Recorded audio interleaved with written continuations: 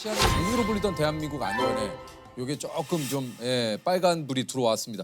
도심 한가운데서 이렇게 무차별 흉기 난동 사건이 잇따라 또 좀 일어나고 대낮에 서울 신림동에 있는 건물 주차장에서 흉기 난동 사건이 발생했습니다. 현장 경찰은 흉기 난동으로 한 명이 숨지고 세 명이 다쳐 병원으로 옮겨졌다고 설명했습니다. 뭐 온 국민이 지금 불안에 좀 떨고 있습니다. 예, 맞습니다. 저기 신림동 범인은 자기의 경제적인 불만, 신체적 키가 작다는 불만에 의해서 다른 사람들에게 나만 불행할 게 아니라 다른 사람도 불행을 주고 싶다. 이게 말이 됩니까? 이게 상식적으로 이해가 안 되는 부분들이죠. 아니 말이 안 아니 본인의 그 불만을 그 타인을 그렇게 해야 하는 게 이게 말이 됩니까 이게? 아 진짜 너무 화가 납니다. 그 신림동 흉기 난동 사건 이후에 13일 만에 또 서현역에서도 이게 좀 발생을 해서 큰 충격을 줬는데 묻지마 흉기난동 사건이 또 벌어져 다수의 피해자가 발생했습니다.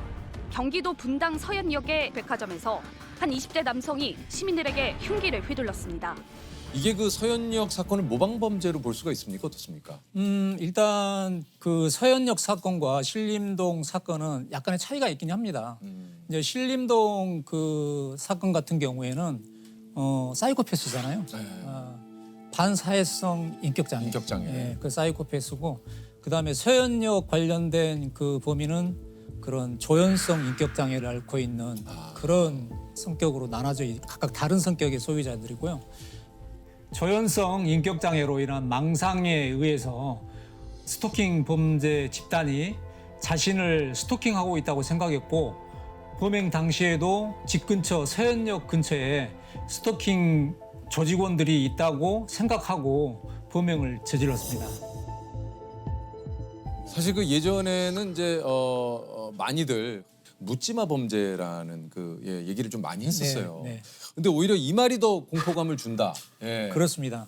묻지마라는 그 자체 억양부터가 벌써 안 좋아 보이지 않습니까? 그렇죠. 뭐 하는 사람들이 묻지마? 아무 뜻도 없이 그냥 그런 범죄를 저지른단 말이야?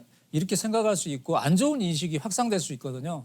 그래서 경찰에서 이상동기 범죄로 이렇게 규정을 했습니다. 그래서 이상동기 범죄에 관련해가지고 여기저기서 터지고 또 그게 이슈화되고 국민들이 불안해하고 있는 게 사실입니다.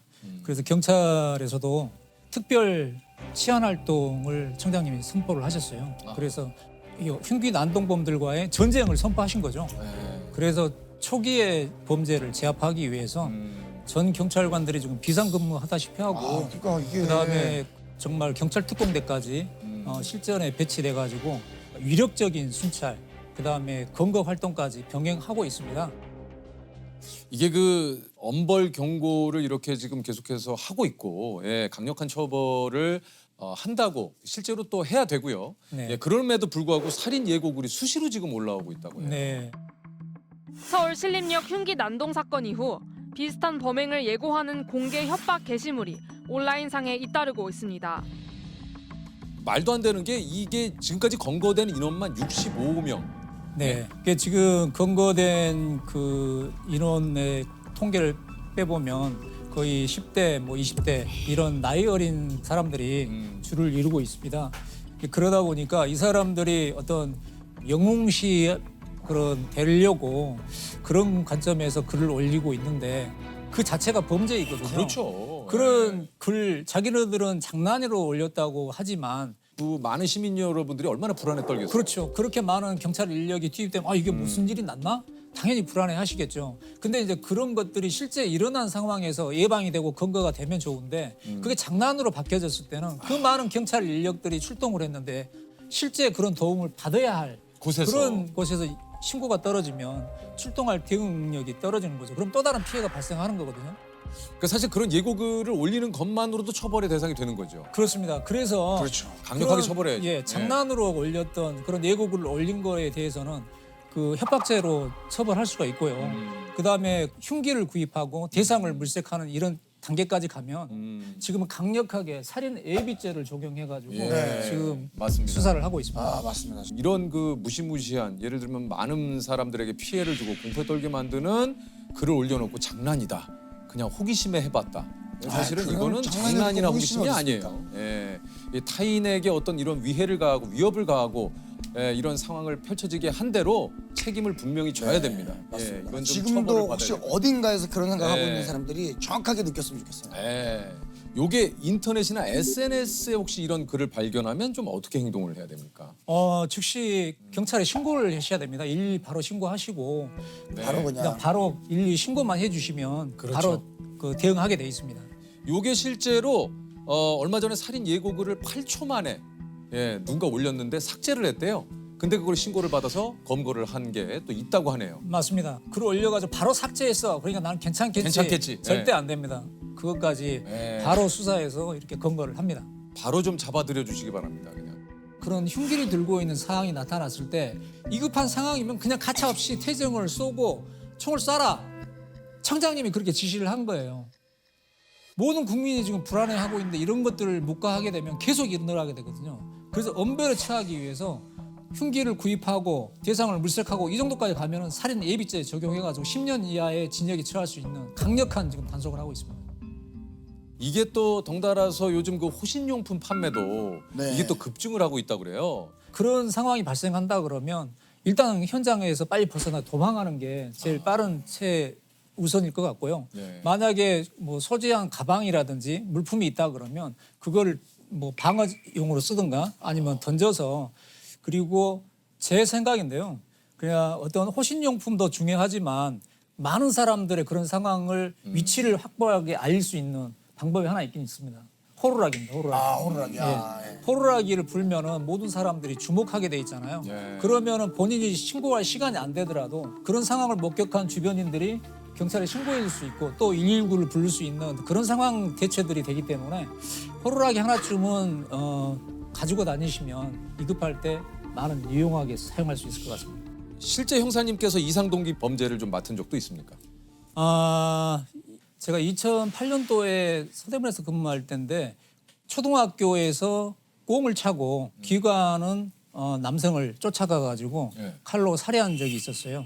근데 그 범인도 고위험 정신질환자였거든요. 그 범인도 누구를 죽이라는 그런 계시를 받았다. 이런 망상, 환각, 한청 이런 것 때문에 그걸 실행에 옮기기 위해서 근처 슈퍼마켓에서 칼을 사가지고 대상을 물색하러 간 겁니다. 원래는 그 초등학교 경비원 아저씨를 타겟으로 삼았어요. 근데 눈이 마주치다 보니까 범행을 포기한 겁니다. 그러고 때마침 공을 차고 귀가하는 그 아저씨를 보고 쫓아가서 칼로 뒤에서 공격한 겁니다. 그러니까 지금 거의 패턴하고 똑같아요. 무작위로. 아무 대응도 못하고 맞고 사망하게 된 거죠. 이게 좀 그 일각에서는 가명을 노리고 일부러 그런 척을 한다 이런 그 범죄자들도 좀 있다고 그래요. 예, 그런 이제 그 심신미약 상태에서 저지르고 그 범행한 거를 인식하지 못했을 때 그거를 형을 감하거나 면제해주거나 감형해주는 그런 게 있거든요. 그런 점을 노리고 그렇게 변명하는 경우도 있다고 합니다.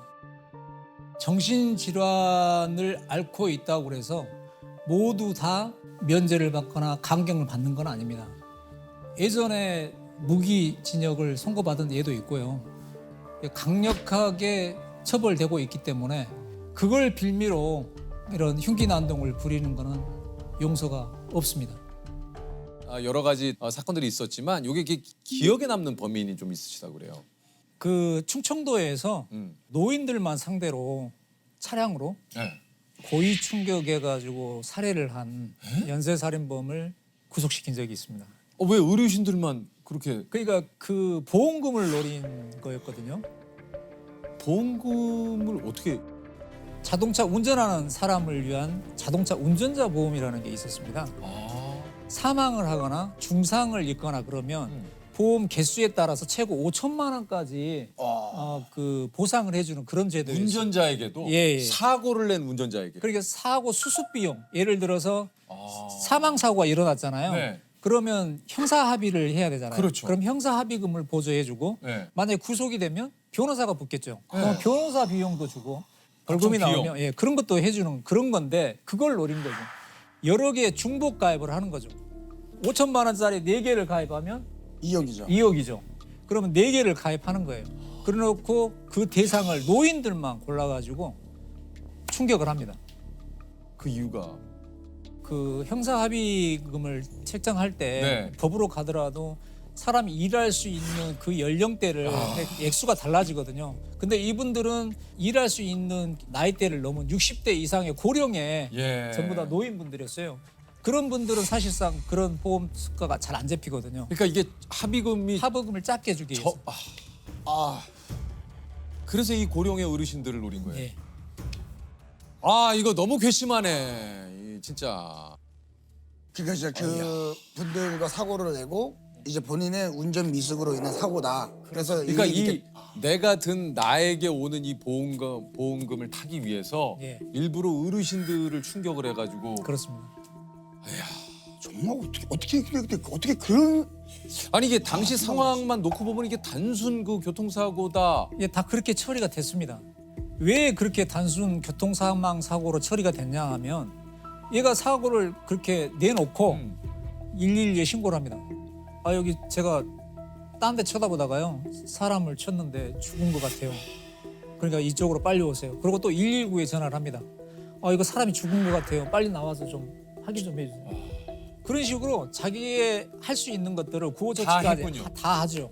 그러고 조사하는 그 수사관에게 맞습니다. 제가 그 할머니를 이렇게 운행하다가 미처 발견하지 못하고 충격해서 사망한 거 맞습니다. 혹시 몰라서 119까지 신고해서 구호조치도 했습니다. 그럼 어떻게 했습니까? 그와 같이 단순 교통사망사고로 처리돼가지고 이미 확정 판결도 받았어요. 그런 상황이었는데 그 보험조사관이 보니까 수상하거든요. 그래서 이제 저에게 이제 사건 의뢰를 한 건데 사건 내용을 받아보니까 굉장히 그런 부분들이 의심이 되는 거예요. 이 사람은 경제적인 능력이 별로 안 돼요. 근데 그 보험금이 수십만 원인데 실상 10만 원도 내기가 버거울 정도의 그런 사람이었어요. 이제 그런 것들이 의심적인 거죠. 그래서 단순히 사망사고로 처리했던 사건 기록, 변사 기록들을 다 사본에다가 분석을 한 거죠. 그런 정황 증거들 하나하나를 모아가지고 예. 대법원까지 가서 예. 징역 15년을. 사실 그거보다 더 받아야 되는데 좀 그렇습니다. 생각 근데 같아서는. 왜 그러냐면 예. 그 3건의 사건 중에 2건은 이미 판결이 끝났기 때문에 일사부재의 원칙에 의해서 처벌할 수가 없어요. 아 이미 예. 처리가 된 사건이기 예. 때문에. 근데 그 중에 한 건이 다행히 그 중상을 입어서 살아 계셨거든요. 그래서 그걸 살인 미수로 적용을 하고 예. 각각의 사건에 이제 보험금을 편취하려고 했기 때문에 사기죄까지 더한 거죠. 그렇게 해서 그 살인 사건에 준한 15년을 아니 근데 이제 이런 또 형사님들의 노력으로 인해서 이게 이제 더 이상 보험 사기를 저지를 수 없도록 약관이 바뀌었다고 그래요. 근데 이 사건을 하면서 그 이후에 그런 중복 보상해주는 제도가 그 약관이 바뀌었습니다. 그래서 아무리 여러 군데 하더라도 한 보험사에서만 지급할 보험금을 그 중복돼 있는 보험사에서 나눠서 보상을 해주게 돼 있습니다. 금액이 이제 정해진 걸로 바뀌었군요. 그렇습니다. 5천만 원짜리 4개를 들어도 그 5천만 원을 4보험사에서 나눠서 각출해서 이제 이게 또 그 보험 약관 말고도 형사님이 바꾸신 게 있다고 그래요. 그 술 취한 사람들을 상대로 하는 이게 소매치기 범죄인데 아리랑치기라고 불렀었습니다. 네. 뒤에서 이렇게 그냥 예, 부추기는 그러니까 척하면서 동료인 지나가는 척하면서. 거, 예. 예. 반바지 차림의 한 남성이 길에 쓰러진 남성을 부축해 나오더니 술에 취한 사람을 도와주는 척하며 금품을 훔치는 이른바 부축백입니다. 심지어 피해자 명의로 대출을 받아 이체한 경우까지 있었습니다.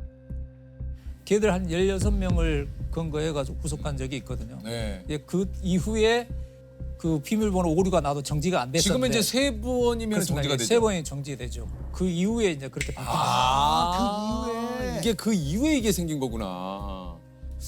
아니 그 형사된 걸 혹시 후회한 적 있습니까? 딱 한 번 잠시 왜요? 제가 경찰 4년 차에 음. 양아치 새끼들 좀 후드로 펴가지고 옷을 벗고 경찰을 떠난 적이 있습니다. 아니 근데 어떤 양아치들이길래 이렇게 또? 뭐 동네 양아치들 많잖아요. 몸에 문신하고 깍두기 머리하고 이런 애들 붙은 거죠. 네. 형사님이 먼저 하신 거예요? 아니요, 그 자식이. 아, 저는 경찰 신분증을 제시하면 될 줄 알았죠. 그렇죠. 아 신분증을 제시하셨구나. 이제 신분증을 제시했죠. 어. 야 경찰이야 그러지 마 그랬더니 야 이씨 네가 경찰이야 뭐야 확 벗는 거예요. 옷을 예. 그러더니 테이블을 그냥 때려 엎는 거예요. 테이블을 그냥 때려 엎는 거예요. 그러면서 주먹이 씩 나가와요 그냥. 그러면서 주먹이 씩 나가와요 그냥. 그래서요. 어떻게 하시겠어요? 일단 여기까지 날랐으면 일단은 맞아야 될 것 같은데요? 야, 일단 여기까지 왔잖아요. 되게 빠르시네. 와 진짜 야, 이거- 쑥. 이게 와. 모든 것들이 형사님이 이것도 그냥이 아니고 여기까지 왔어요. 거의 뭐 무술 감독님처럼 예. 나갔어요. 거기서 이제 저 혼자만 있었던 게 아니고 네. 우리 형사들이 4명, 양아치들 5명 거기서 붙어버립니다. 양아치 그 사람들 작살났습니까? 3명을 수갑을 채우고 2명이 도망갔는데 2명 중에 1명이 팔이 부러진 거예요. 사실 우리는 팔이 부러진 것도 잘 몰랐어요. 나중에 뭐 진단 뭐 6중과 8중과 끊어와가지고 우리 팔 부러졌으니까 잡힌 애들 빨리 풀어줘. 그거 안 들어줬다가 그렇게 된 거죠. 그래서 과잉 진압으로. 예. 그렇게 해서 뭐 양아치들은 선량한 시민으로 우리는 폭력 경찰로 엄청 두드리게 맞았죠. 근데 저 분명 시비는 그쪽에서 그러니까 지금은 그런 절차들을 딱 소명하고 그래도 그 당시에는 그렇게 분위기가 그랬어요. 3개월 동안 경찰서를 떠난 적이 있습니다. 근데 그때 잠깐 내가 여기에 꼭 일을 해야 되나? 그런 생각을 하고 다른 직장을 구해봤는데 양이 안 차더라고요. 그 4년밖에 안 됐지만 벌써 경찰의 수사 형사에 인이 배게 있어서 다시 돌아가야겠다. 다시 복직해가지고 현재까지 오게 된 겁니다. 그러셨군요. 이제 퇴직을 3년 앞두고 계시다고 해요. 이게 혹시 형사님도 잡지 못한 범인이 있습니까? 제가 경사 때 그 수사본부 살인사건 수사본부가 찾아졌던 사건인데요. 분식집 아주머니가 온몸에 흉기로 난자당한 그런 사건이 있었습니다. 결국 그 사건을 해결을 하지 못하고 그 미제 사건으로 빠져 있거든요. 그게 항상 마음에 좀 걸려요. 가끔 자다가도 벌떡벌떡 일어날 때가 있는데 근데 다행인 게 공소시효가 폐지됨으로 인해서 잡힐 때까지 영구히 수사할 수 있다. 내가 경찰을 떠나는 그 순간까지 저는 추적을 해야 할 의무가 있는 거고 또 하려고 합니다. 그리고 내가 만약에 이 조직을 경찰을 떠나고 옷을 벗었다 하더라도 수사 형사로 활동하는 후배들이 그 사건을 반드시 해결할 거라고 저는 믿습니다. 아직 잡히지 않은 범인들에게 좀 한마디 좀 하시죠. 야, 보고 있냐? 사문 와? 내가 경찰을 떠나더라도 우리 후배들이 반드시 잡는다. 기다리고 있어. 내가 잡으러 갈 수도 있어. 야 진짜. 자문호냐? 자문호냐. 예.